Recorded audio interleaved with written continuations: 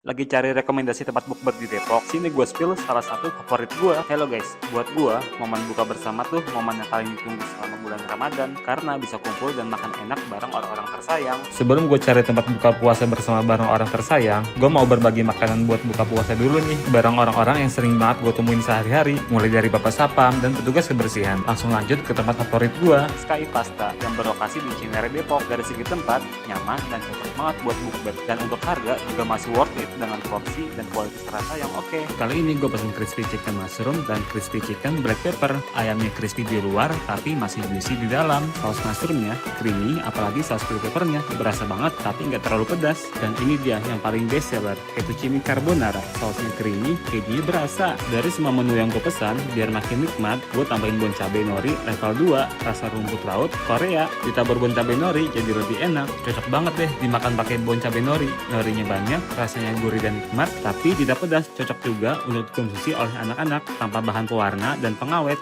Mudah dibawa kemana-mana, jadi bisa nemenin menu Ramadan apa aja. Buat yang lagi nyiapin menu bukber puasa, jangan lupa cobain pakai bon cabai nori. Gas beli bon cabai nori level 2, rasa rumput laut Korea di supermarket terdekat ya.